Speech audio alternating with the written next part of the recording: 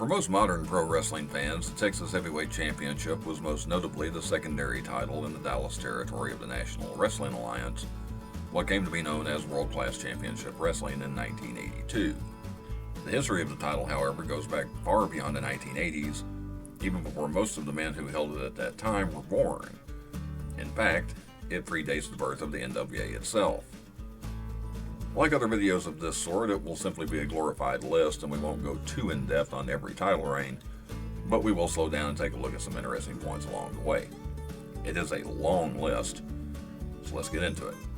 Originally, the title was actually known as the Texas World Heavyweight Championship, and though most title matches were held in South Texas, it would be defended all over the state. The first recognized Texas champion was Martino Angelo. Keeping records and stats for pro wrestling wasn't much of a thing at the time, so I couldn't find anything about an exact date, location, or even how Angelo won the title, but most sources agree he was the first champion and took the title sometime in the early 1930s. Angelo held the title until 1935 when he lost to Carl Davis. Again, I couldn't find the location or an exact date, but Davis losing the title finally gives a more specific time. Davis lost the Texas title to Leo Savage on November 4th, 1935. Dropping the belt to Chief Joe Littlebeaver on April 30th, 1937, in Houston. The Chief's reign would be a short one, falling to Everett Marshall in his airplane spin on May 14th, 1937. Again, records are unclear when and where Marshall lost the title, but by early February 1942, Bobby Manigault was recognized as the Texas World Champion. That turned out to be a short reign as well, with Manigault losing to Juan Humberto in Dallas on February 17, 1942. So exactly when, where, and why Humberto lost the belt has kind of been lost in time. It was also during that time the foundation for the National Wrestling Alliance was being built, and what was essentially its predecessor, the National Wrestling Association, was trying to have one world champion recognized by different territories. Again, it's hard to say exactly when it happened, but around this time, the title came to be known simply as the Texas Heavyweight Championship, as by February 1943, Texas recognized National Wrestling Association World Champion Bill Longson as the One World Champion. The May 12, 1944 title change took place in Houston as the not yet legendary Lou Thez defeated Hans Schnabel in a top contenders match for the title. Thez held the title for 49 days, losing it to Ernie Dusick on June 30th, also in Houston. Thez regained the title on August 18th, defeating Dusick in Houston in the standard best-2-out-of-3 falls match, as most championship matches were at the time. I do want to point out all of these title changes were taking place in Houston, and the next several were also in Houston on cards for the Gulf Athletic Club, as Houston was kind of the hub of pro wrestling in Texas at the time. The then 28-year-old Thez enjoyed a 112-day title reign before dropping the belt to Olaf Olsen on December 8th. Now, this Olaf Olsen was also known as Buck Olsen, and is not to be confused with the Swedish angel Phil Olofsson, who also used the name Olaf Olsen. Olsen carried the belt into the new year, dropping it to Bobby Manigault on March 2nd, 1945. Hans Schnabel would finally get a turn with the title when he took the belt from Manigault on April 20th, but would lose it just 21 days later to the original Chief Joel Strongbow on May 11th. Strongbow only held the belt for a week, losing it back to Bobby Manigault, who began his third reign with the Texas Championship on May 18, 1945. Manigault had a very active 56-day title reign, losing the belt to Dave Levin on July 13th. Levin lost the title 2 weeks later to a rising young star that was new to Texas, going by the name Buddy Rogers. Only 24 years old at the time, Rogers had previously wrestled under the name Dutch Road in Florida. It was the first title ever won by Rogers, who of course would go on to fame as both an NWA World's Champion and the first Worldwide Wrestling Federation Champion. Rogers held his first championship for 5 weeks, losing the belt to Ted Cox on August 31st. Cox dropped the belt back to Rogers a week later.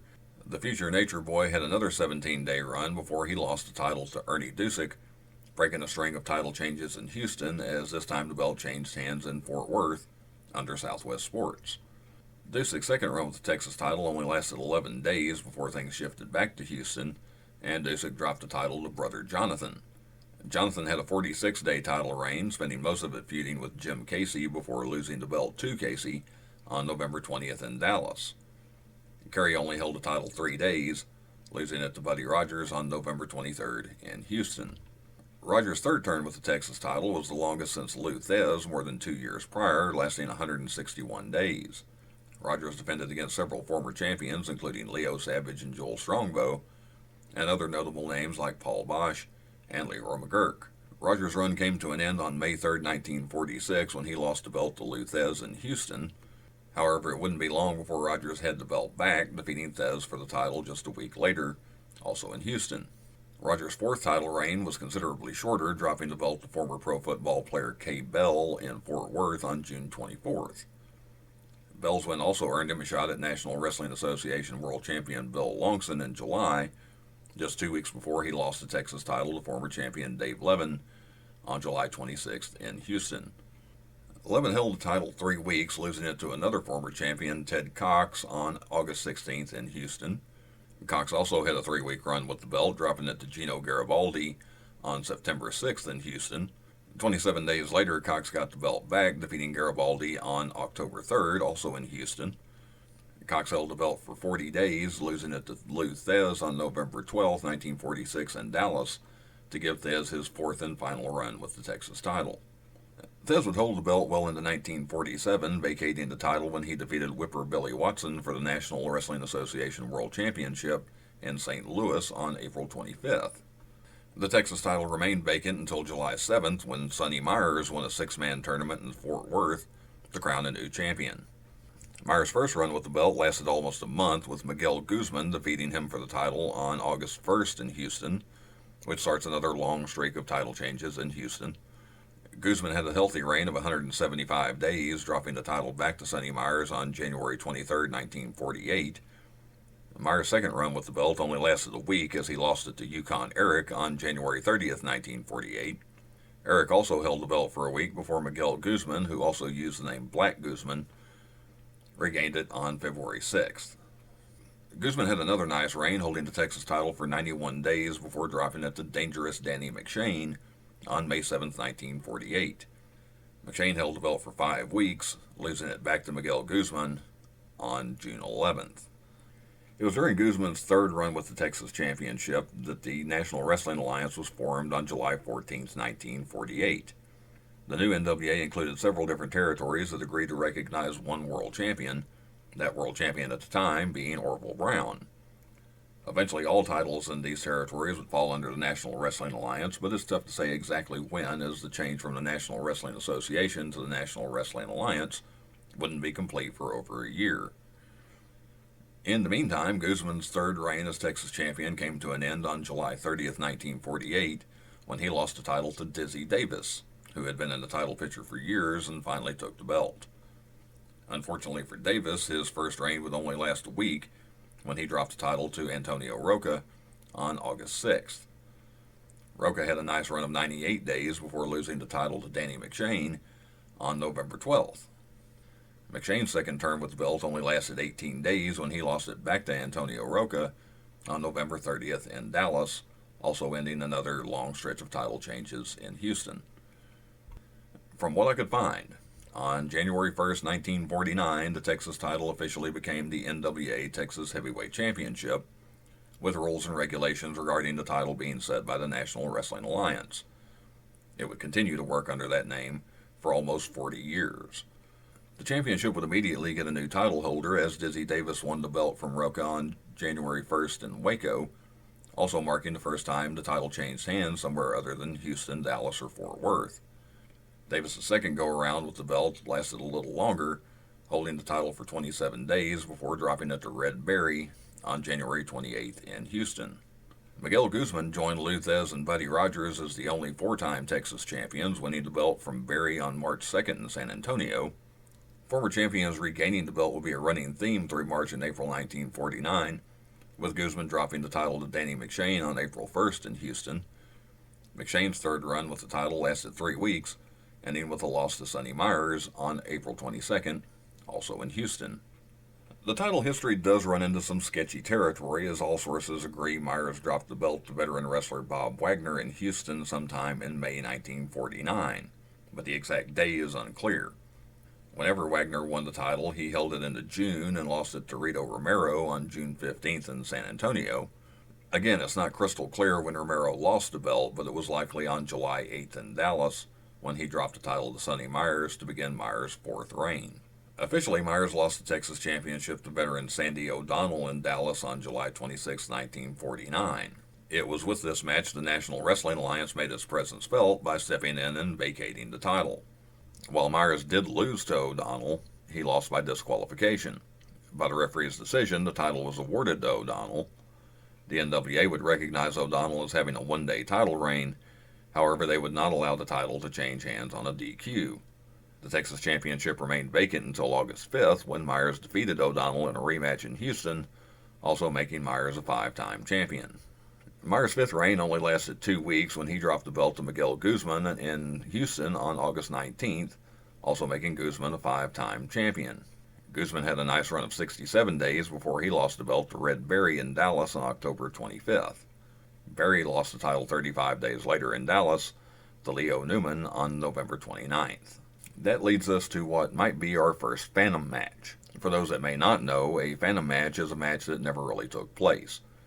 Possibly the most famous example is Pat Patterson winning the tournament in Rio de Janeiro to become the South American champion. That title was then unified with the North American Championship he already had to create the Intercontinental Championship. Now, the fact is, there was no tournament in Rio de Janeiro. In the case of the Texas Heavyweight Championship, Leo Newman left Texas to wrestle in California. There are no records of him losing the title or of a tournament or top contenders match to crown a new champion.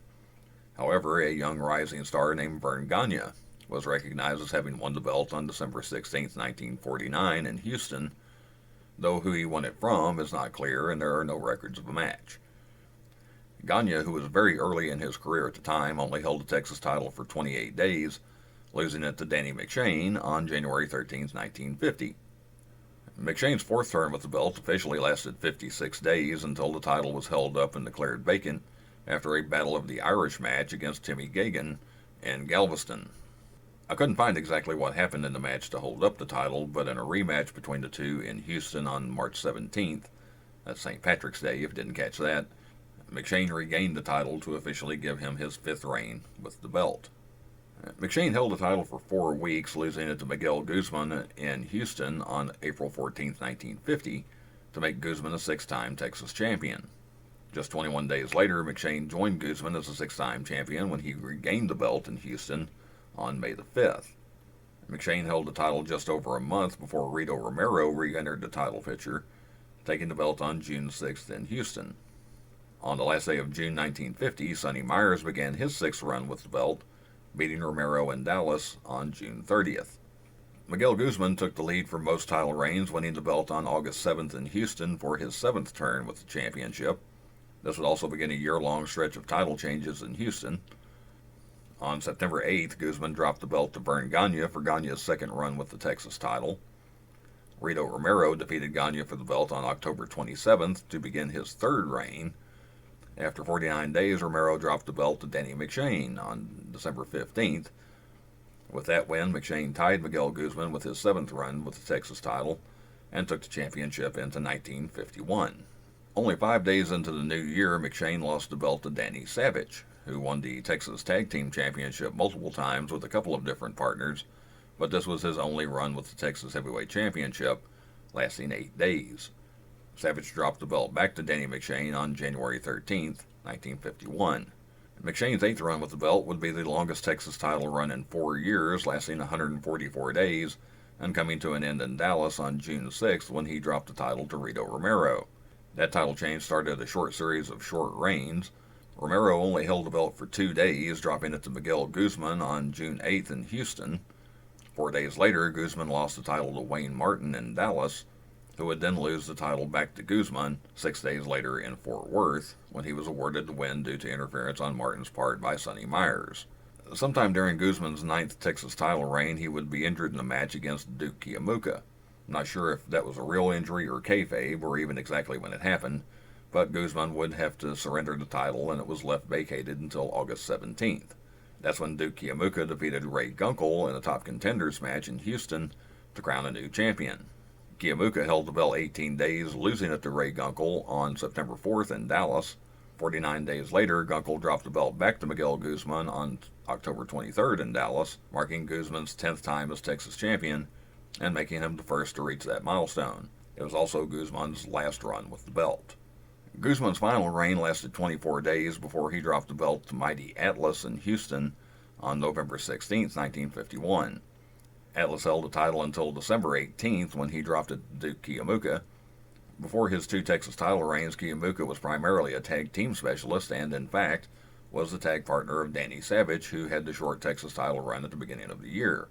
Kiyomuka would not only close out 1951 with the title, but hold it well into 1952, putting together a 157-day title reign.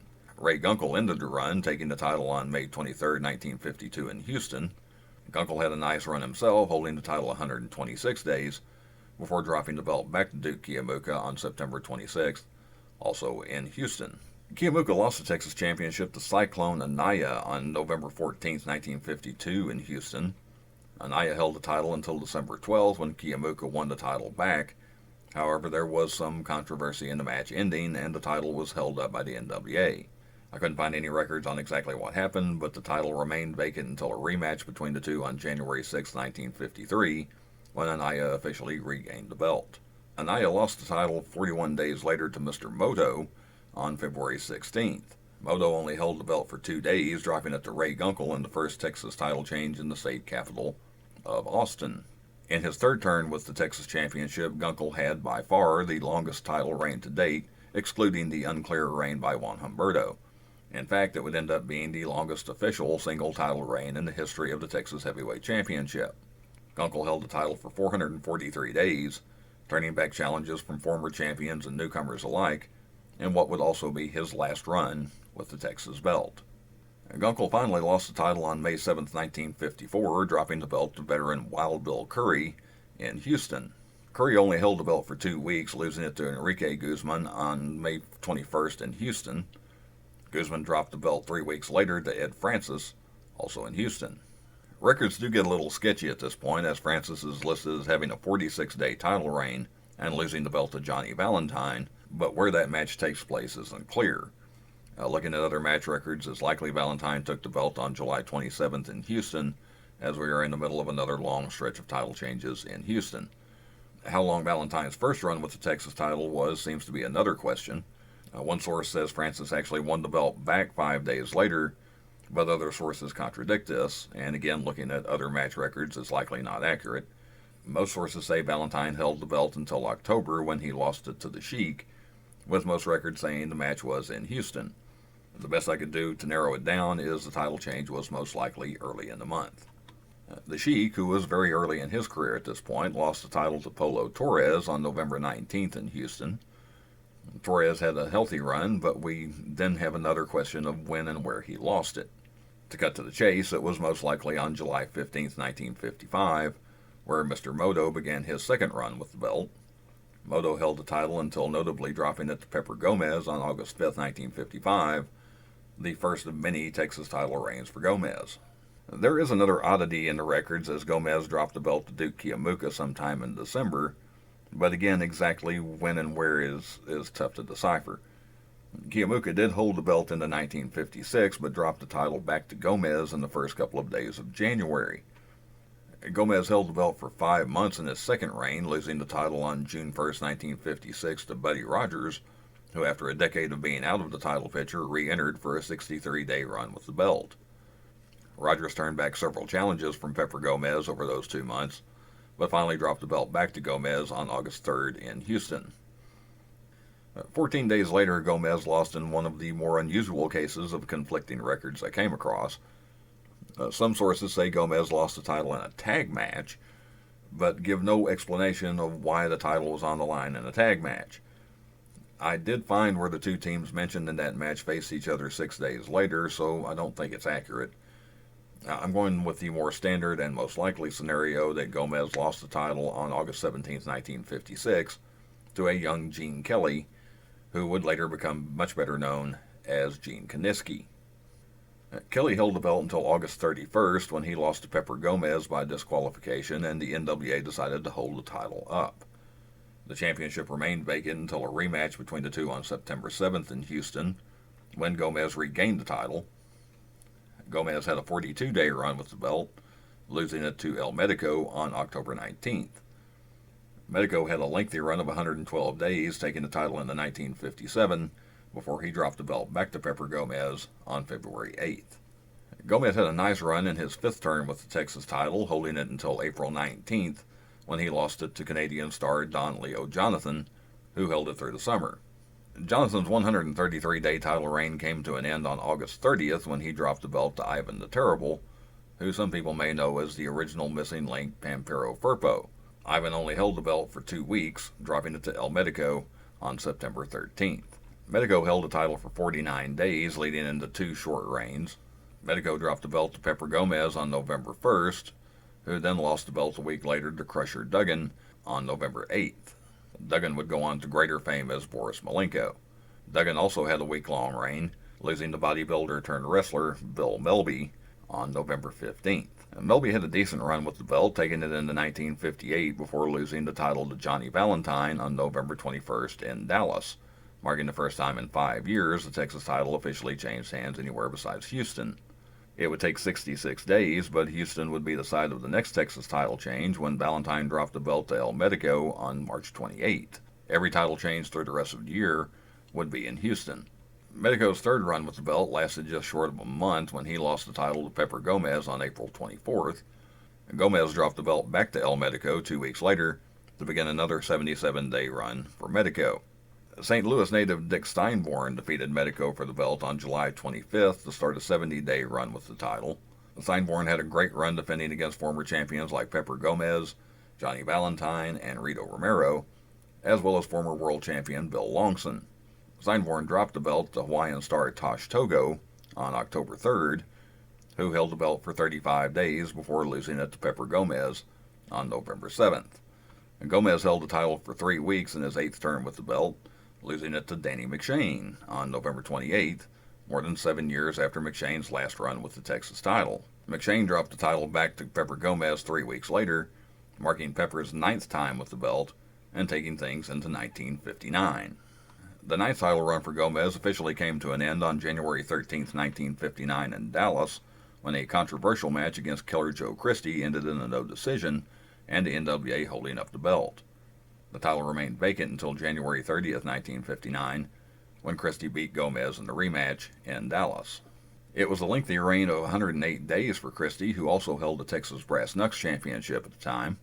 Christie dropped the Texas title to Luis Hernandez on May 8th in Houston, starting Hernandez on a 27-day reign. Hernandez, who was the stepfather of Gino Hernandez, lost the belt to Corsica Joe on June 4th in San Antonio. And 29 days later, Joe lost the title to Nick Kozak on July 3rd in Houston. Kozak had a nice run of 49 days in his first term with the Texas title, losing it to Lou Thez on August 21st in Houston, 12 years after Thez last held the Texas title. Thez was an established star by this time, being a multi-time world champion, but his 5th and final run with the Texas title was a short one. Thez lost the belt back to Nick Kozak on August 28th in Houston. This time, Kozak held the belt for 133 days, taking the title into the new year before he lost the belt to Man Mountain Manigoff on January 8, 1960, in Houston. Manigoff, who is no relation to Bobby Manigoff that held the title in the 1940s, held the belt for 91 days before losing it to Torbellino Blanco on April 8th in Houston. Blanco lost the belt 18 days later to Danny McShane, who notched his 10th Texas title reign in Dallas on April 26th. McShane would only hold the title for 2 weeks, passing it back to Torbellino Blanco on May 10th in Dallas. Blanco had something of a habit of dropping the belt to former champions, losing the title on June 22nd to Duke Kiamuka in San Antonio. Kiamuka also held the belt for 2 weeks before dropping it back to Torbellino Blanco on July 6th in San Antonio. Blanco also lost his mask sometime during his 1960 run in Texas. After 16 days, Blanco lost the title again, this time to Don Leo Jonathan, on July 22nd in Houston, to begin his second run 3 years after his first. Jonathan held the belt for 42 days before losing it back to Torbellino Blanco on September 2nd in Houston. Blanco's final turn with the belt came to an abrupt end just 8 days later when he lost it to Danny McShane in Houston on September 10th. And McShane's 11th and final run with the Texas title was also a short one. McShane lost the belt to Blanco's tag team partner, Sicilione Negro, on September 29th in Houston. Negro took the title in 1961, losing it to Don Manoukian on January 20th in Houston. 3 weeks later, Manoukian lost the belt to Pepper Gomez in Houston, marking the 10th turn with the Texas title for Gomez. The 10th title run for Gomez officially came to an end after 95 days with a familiar name to world-class fans involved. In a May 16, 1961 match in Dallas, Gomez defended the title against Angelo Poffo in a best 2 out of 3 falls match. Poffo won the first fall, but Gomez came back to win the second. Before the third fall could start, Poffo, along with his tag team partner Bronco Lubitsch, attacked Gomez outside the ring. Gomez was unable to continue, but the NWA immediately stepped in and declared the match a draw, and the title would be held up. A rematch was scheduled for May 23rd in Dallas, with Gomez coming out the winner and officially entering his 11th reign with the Texas title. The run for Gomez lasted 31 days, with Pepper dropping the title to the first Von Erich to win the belt, and it's probably not the person you are picturing. Waldo Von Erich took the title from Gomez on June 23, 1961 in Houston. On the off chance there is someone watching that does not know, Waldo was the kayfabe brother of Fritz Von Erich. Waldo held the title 21 days before dropping it to Dory Dixon in Houston on July 14th. I'll say again, we have a long series of title changes in Houston over the next couple of years.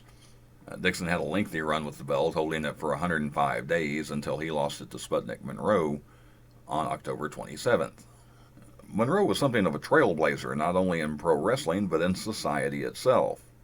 He famously insisted matches at Ellis Auditorium in Memphis, Tennessee be desegregated, as black fans were prohibited from sitting on the floor and forced to sit in the balcony. Monroe, who was a heel but also one of the biggest draws in Tennessee, won that battle, and matches were desegregated. It didn't stop at wrestling matches either, as other sporting events in and around Memphis followed suit and also desegregated. As for the Texas title, Monroe held the belt for 21 days, dropping it to Pepe Gonzalez on November 17th.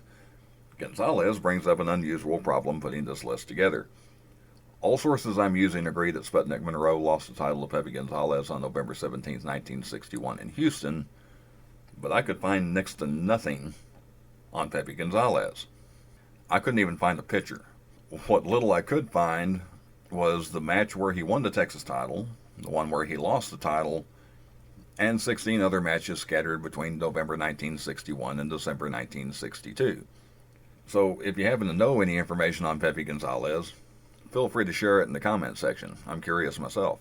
Whoever he was, Gonzalez held the belt for 2 weeks, losing it to Jack Dalton on December 1st. Dalton went by many names in his career, but is probably best known as Don Fargo of the famous Fargo brothers.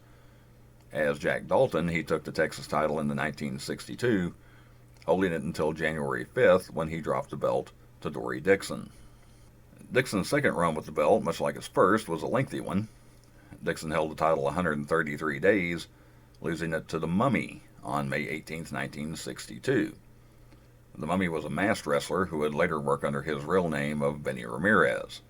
The Mummy held the title until June 15th when he dropped the belt to Sailor Art Thomas, marking the first championship won by Thomas in what proved to be a Hall of Fame career. Thomas's first run with the Texas title lasted a healthy 133 days before he dropped the belt to El Medico II on October 26th.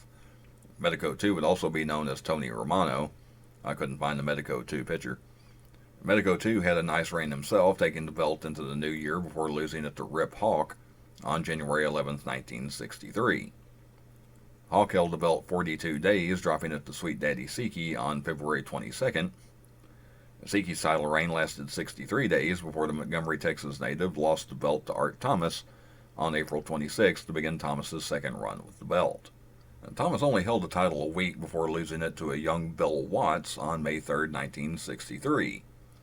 Only 24 years old at the time, Watts was still a rookie in wrestling, but was on the fast track to success. The Texas Heavyweight Championship was Watts' first title, and led to Watts challenging Lou Thez for the NWA World Championship on June 11th at the Sportatorium in Dallas, less than 7 months after his debut. Watts lost to Thez 2-1 in the best 2 out of 3 falls match, then lost the Texas Championship 10 days later when Pepper Gomez regained the title for the 12th time on June 21st. Gomez only held the title 7 days before dropping the belt to what should be a familiar name to world-class fans. Mark Lewin took the Texas title on June 28th, marking the first singles championship for Lewin.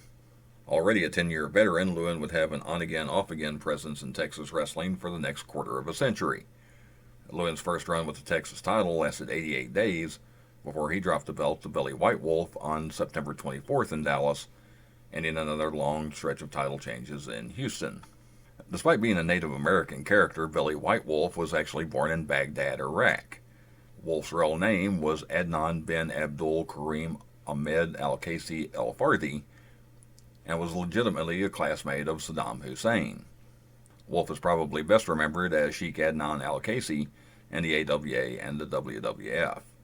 Wolf held the Texas title until December, when he lost it to a notable name in Texas wrestling. Joe Blanchard took the belt on December 3rd in Dallas.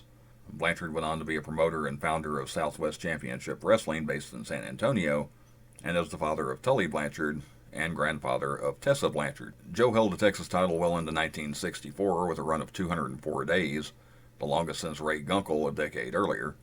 Joe's run came to an end in Houston when he lost the title to Tokyo Tom on June 24, 1964.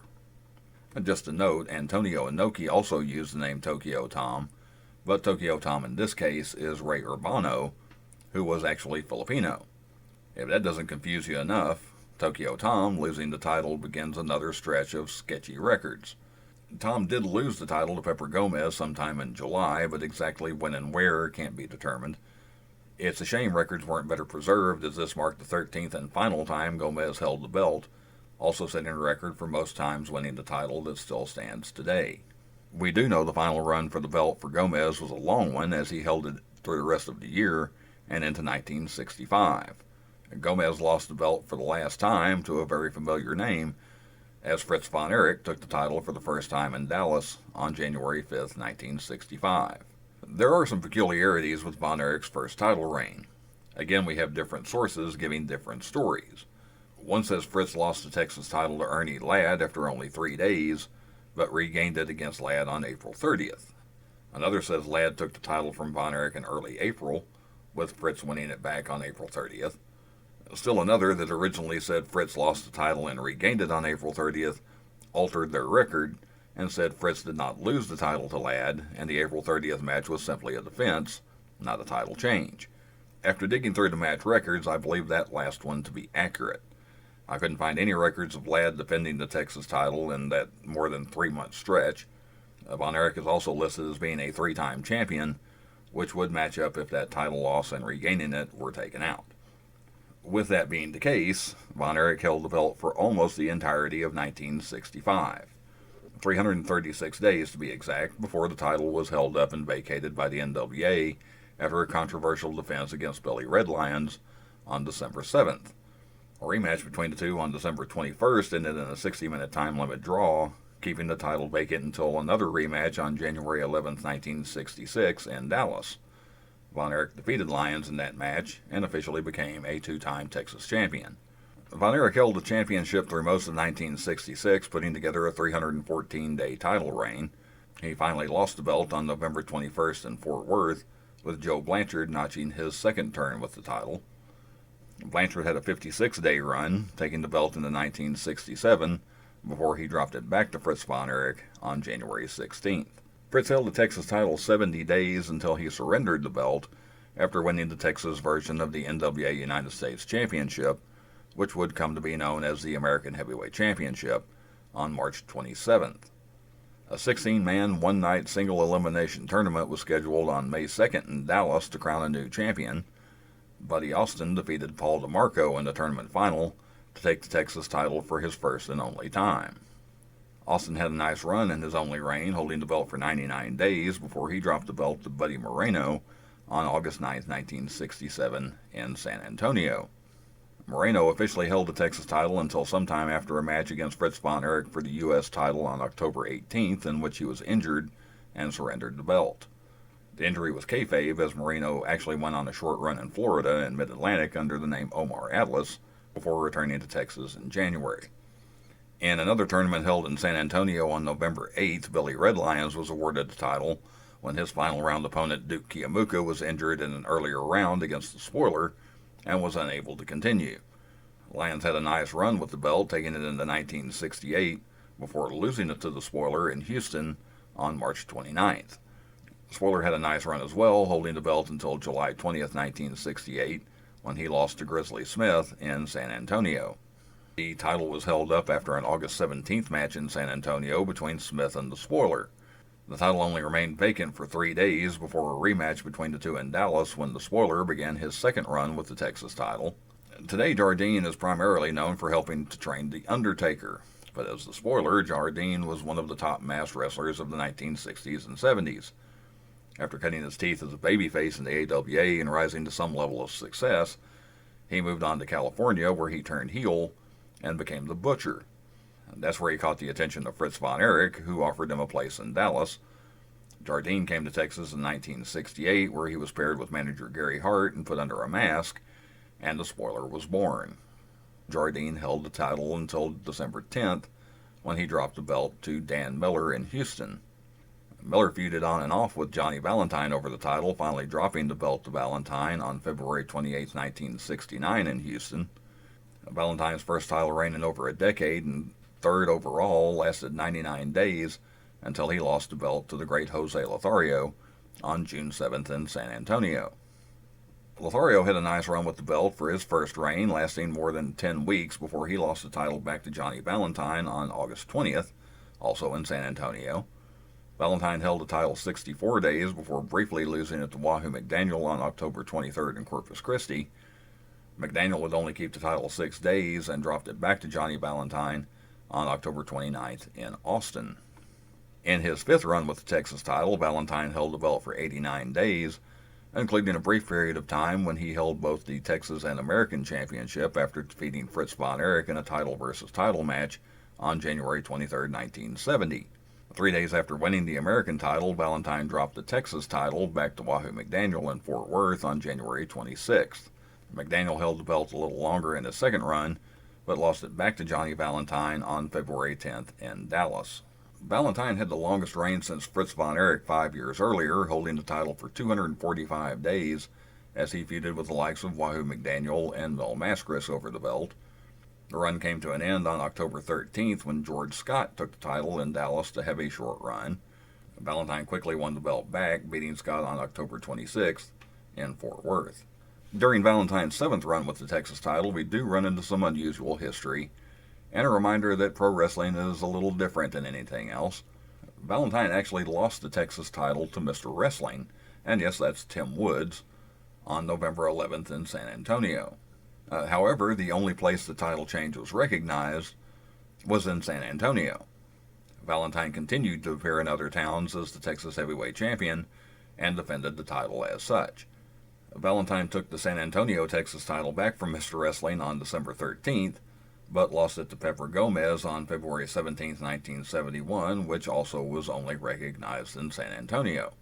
Valentine again regained the San Antonio version of the belt on March 24th. I have no idea why any of that worked out that way, but if you happen to be from San Antonio, you can add this to the official history.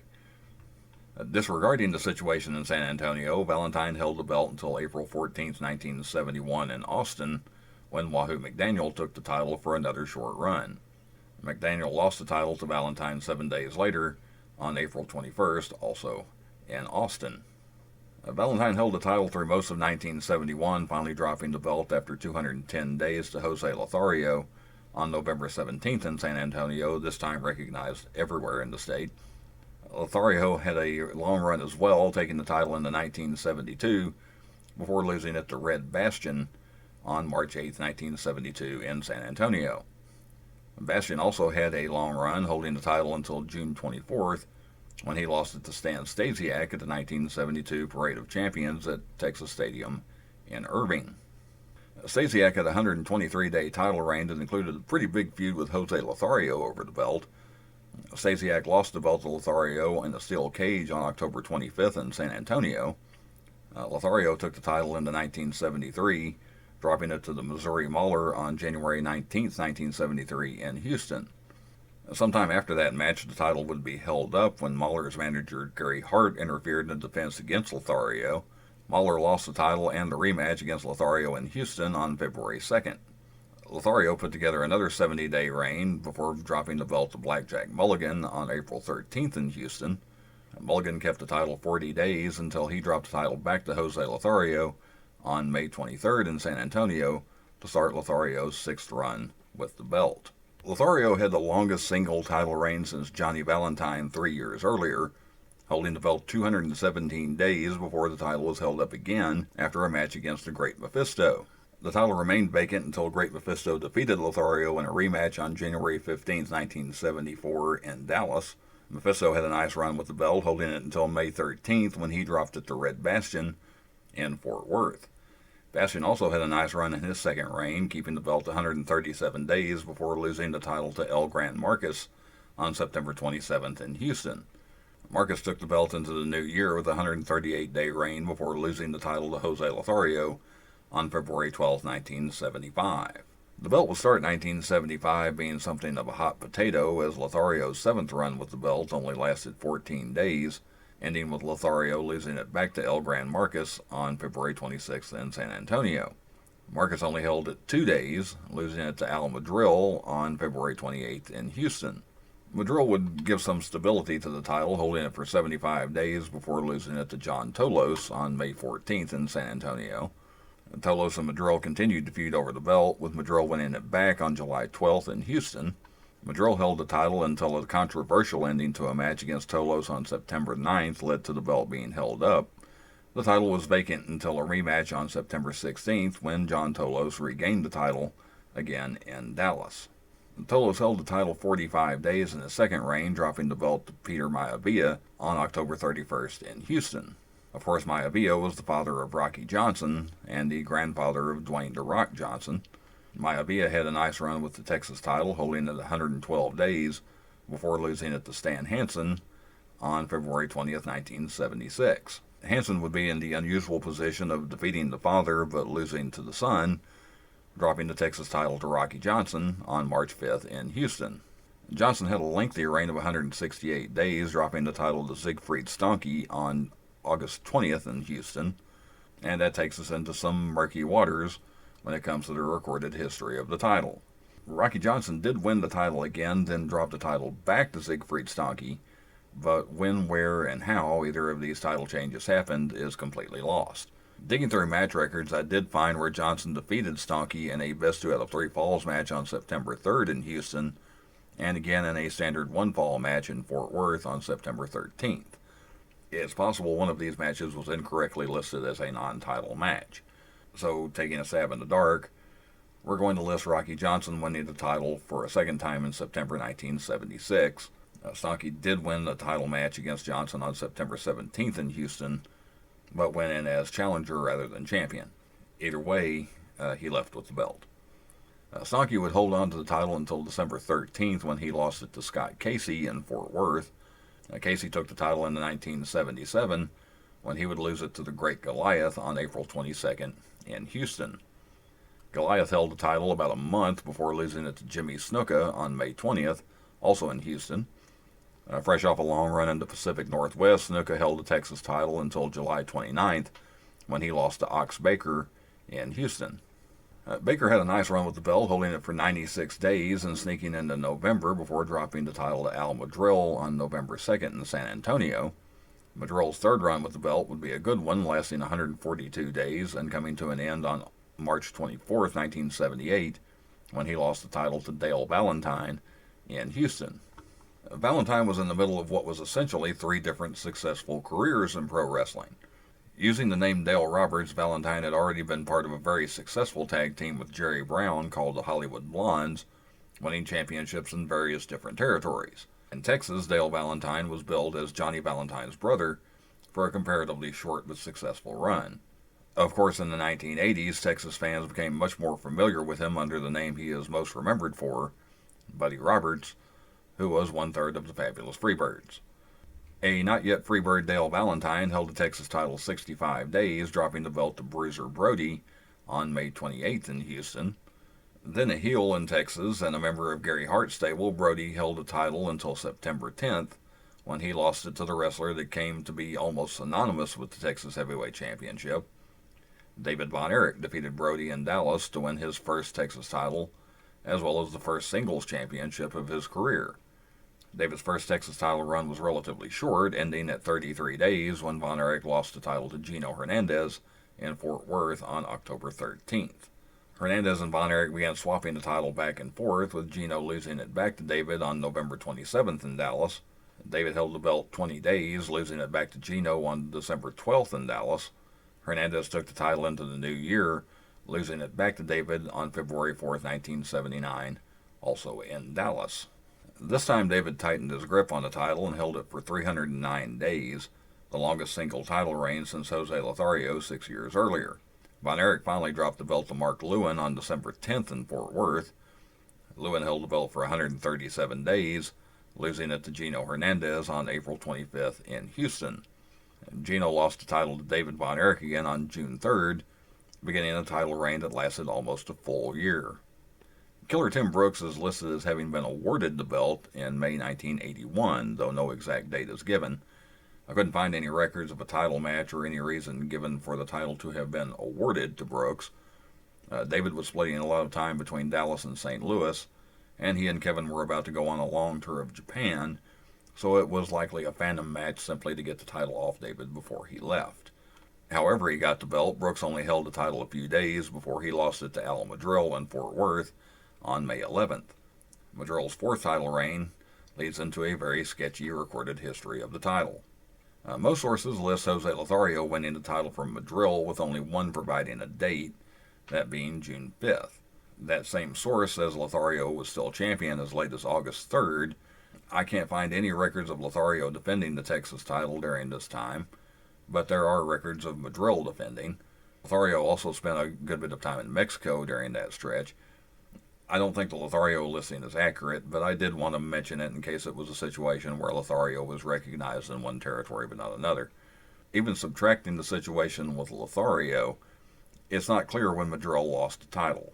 One source says it was to Bill Irwin on March 15th at the 1982 Wrestling Star Wars card in Fort Worth, but that match ended with Madrill winning by disqualification. Another source suggests Madrill lost the title in a phantom match on June 5th, 1982 in Paris, France. It's entirely possible that's supposed to be the much more believable Paris, Texas. In any event, with lack of any evidence for contradiction, is what we're going with.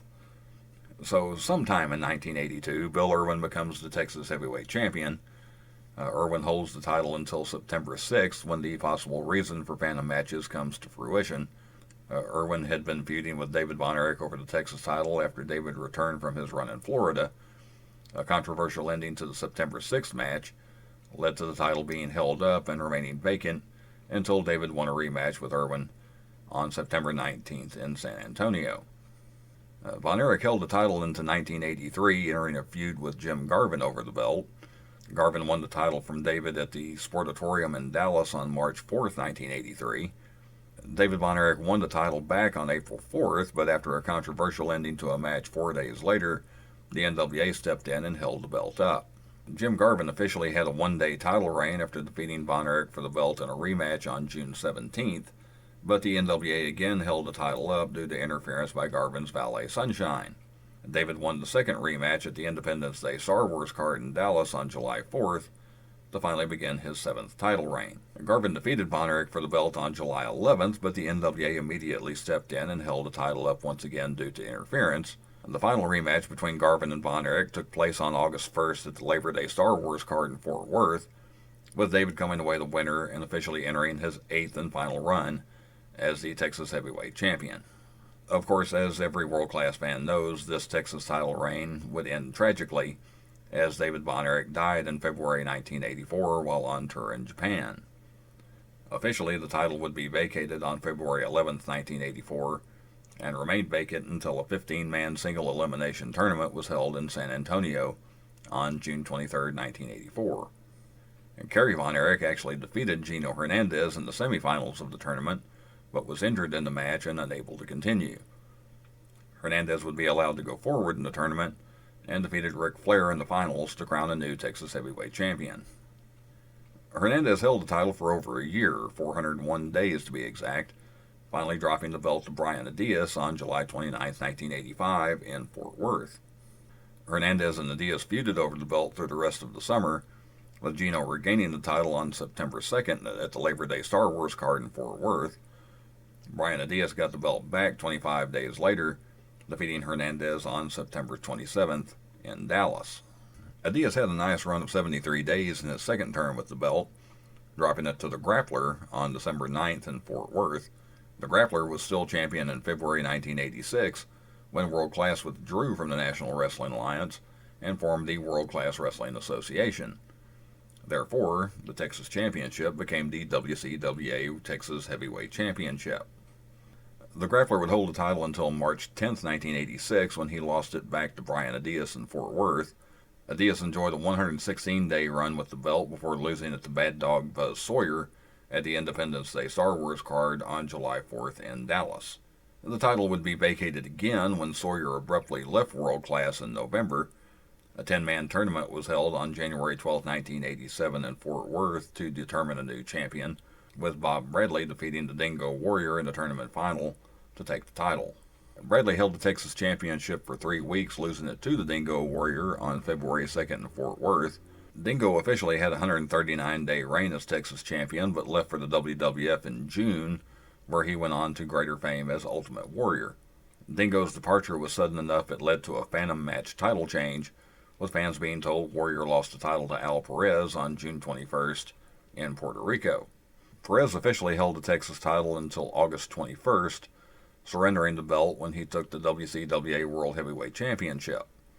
The title would remain vacant for 10 days, with Ted Arcidi winning a Battle Royal on August 31st in Fort Worth to take the belt. Arcidi had a decent run with the title, holding it for 71 days before dropping it to Matt Bourne on November 10th in Midland, Texas. Bourne held the belt for 108 days, dropping it to Terry Taylor on February 26, 1988 in Dallas. Taylor held the belt until he left for the WWF, and we know how that turned out. His last match in World Class was losing the Texas title to Kevin Von Erich on July 4, 1988 at the Sportatorium in Dallas. Kevin's first run with the Texas title only lasted 32 days, with Kevin not even losing the belt himself. An injury prevented Von Erich from defending against Iceman King Parsons on August 5th in Dallas, so his brother Kerry Von Erich filled in for him. Iceman won the belt with a little help from manager Skandar Akbar, putting Parsons on a long run of 182 days. Iceman took the belt into 1989 before losing it to Brickhouse Brown on February 3rd in Dallas. Brown was Texas champion for about a month, losing the title to Gary Young on March 4th in San Antonio. After another run of about a month by Young, Eric Embry took the title by defeating Young in Dallas on April 7th. Embry feuded with Young over the title in the early stages of the merger between World Class and the Memphis-based Continental Wrestling Association. Young also appeared under a mask using the name Super Zodiac for a brief period in 1989. Young, as Super Zodiac, defeated Embry for the Texas title on May 19th in Dallas, only to lose it back to Embry a week later on May 26th, also in Dallas. Embry held the belt until a very notable title change took place on July 3rd, when P.Y. Chuhai, who you may also know as Phil Hickerson, took the championship in Wichita Falls, Texas. The title change was notable as it was the last one before the official merger was complete between World Class and the CWA, leading to the creation of the United States Wrestling Association. Both in storyline and in reality, the change happened on August 4, 1989, also changing the name of the Texas title to the USWA Texas Heavyweight Championship. The first Texas title change in the USWA wouldn't take long, as Eric Embry defeated P.Y. Chuhai in Dallas on August 18th to regain the belt. I also want to note, all title changes from here on out happen in Dallas. Embry held the belt for 49 days, dropping it to The Punisher on October 16th. Most people know The Punisher better as The Undertaker, a role he was still a year away from at the time. As The Punisher, the future Undertaker had a 2-week run as Texas champion before losing it to Kerry Von Erich on October 20th. Kerry had a 53-day run with the title, dropping the belt to Jerry Lawler on December 12th. Lawler crept into the new year with the championship before losing it back to Kerry Von Erich on January 1st, 1990. Kerry had another 140-day reign, ending when he lost the title to Matt Bourne on May 25th. A week later, Bourne dropped the title back to Kerry Von Erich on June 1st, setting Kerry on another 42-day title reign that would be a notable one. Not only was it the last time Kerry would hold the Texas title, but in July of 1990, World Class officially broke ties with the USWA and were once again their own independent promotion. The Texas title was once again the WCWA Texas Heavyweight Championship, though by that time the days of the title and the promotion were numbered. Kerry officially held the Texas title until July 13, 1990, when the Angel of Death was awarded the title by forfeit. This is when Kerry left the promotion and went to the WWF. Angel of Death held the title for 133 days, losing it to Kevin Von Erich on November 23, 1990 at the Sportatorium in Dallas. That was the last official card held under the banner of the World Class Wrestling Association. The promotion folded, taking the Texas Heavyweight Championship with it. I will point out a version of the Texas Heavyweight Championship did continue. When WCWA closed its doors, the USWA did come back into Dallas and initiated the Texas title, with Bill Dundee winning a tournament to crown a new champion. Other notable names also held the belt, like Eric Embry, Jerry Lawler, Tom Pritchard, and Brian Christopher, until the USWA also closed its doors 2 years later. Also, Gary Hart's Texas Wrestling Federation, that began in February 1991, recognized Kevin Von Erich as the Texas champion, but that promotion folded after only 3 months. Beginning in 1998, various indie promotions crowned a Texas champion. Brian Adias, Perry Jackson, Charlie Hawes, and Jax Dane are among the wrestlers to hold those versions of the title. If these other versions of the belt are even an actual extension of the original is up to debate, but I did want to at least mention them. There's also just something symbolic about recognizing Kevin being the last wrestler to hold the Texas Heavyweight Championship and letting that lineage end with World Class. I certainly hope you enjoyed that. It was a long history for a beloved title, and I learned a lot myself putting this together. If you happen to be able to fill in any blanks along the way, let me know. Otherwise, for more pro wrestling content, check out the links at the end of the video. Please like, share, comment, and subscribe, not necessarily in that order. And I will see you next time.